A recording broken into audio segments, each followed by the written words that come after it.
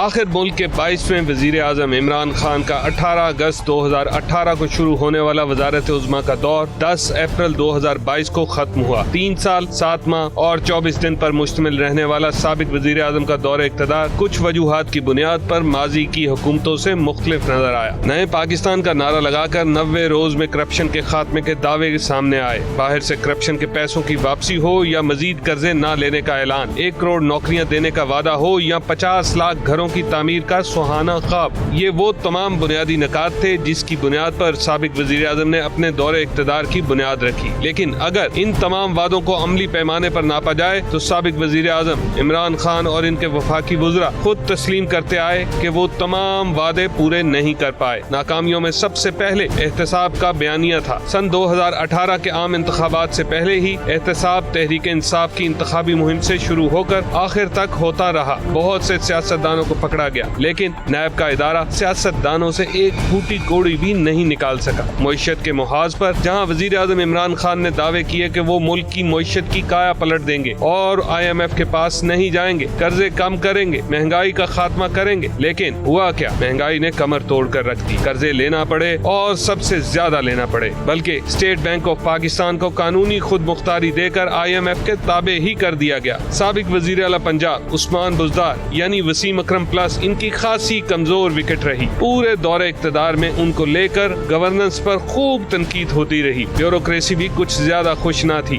یہی وجہ تھی کہ بعض عہدوں پر 8 بار افسران کو تبدیل کیا گیا۔ اس کی وجہ سے پارٹی کے اندرونی اختلافات میں علیم خان اور جہانگیر ترین جیسے گروپ بھی طاقت پکڑ چکے تھے۔ فورن فنڈنگ کیس اور توشہ خانہ کے تحائف کپتان کے لیے کچھ زیادہ عزت نہ بنا سکے۔ کئی بار مافیاز کے آگے عمران خان حکومت کو گھٹنے بھی ٹیکنے پڑے، جیسے چینی اور پیٹرول کی قلت کے بعد قیمتیں بڑھانا پڑی۔ لیکن ان کے دور حکومت میں منفی پہلوؤں کے ساتھ ساتھ کچھ مثبت پہلو بھی دیکھنے کو ملے۔ کورونا کی وبا میں لاک ڈاؤن کی بجائے رفتہ رفتہ مختلف سیکٹرز کو احتیاطی تدابیر کے ساتھ کھولنے کی حکمت عملی کو جہاں عالمی پذیرائی ملی، وہیں اسلاموفوبیا کے خلاف لائی جانے والی ان کی قرارداد کو اقوام متحدہ کی جنرل اسمبلی میں تسلیم کیا اور 15 مارچ کو international day to combat Islamophobia کا نام دیا گیا۔ اس کے علاوہ صحت کارڈ جس کے تحت شہریوں کو صحت کی مفت سہولیات فراہم کی گئی اور آسان گھر اسکیم کے تحت بینکوں کو آسان شرائط پر قرض فراہم کرنا بھی ان کے کریڈٹ پر جاتا ہے۔ ان کے دور حکومت میں غربت کے خاتمے کے لیے احساس پروگرام کے تحت 115 منصوبے چلائے گئے۔ عمران حکومت نے ریکارڈ ٹیکسز اکٹھے کرنے کے اعداد و شمار بھی دیے۔ انتخابی اصلاحات میں اوورسیز پاکستانیوں کو ووٹ کا حق دینا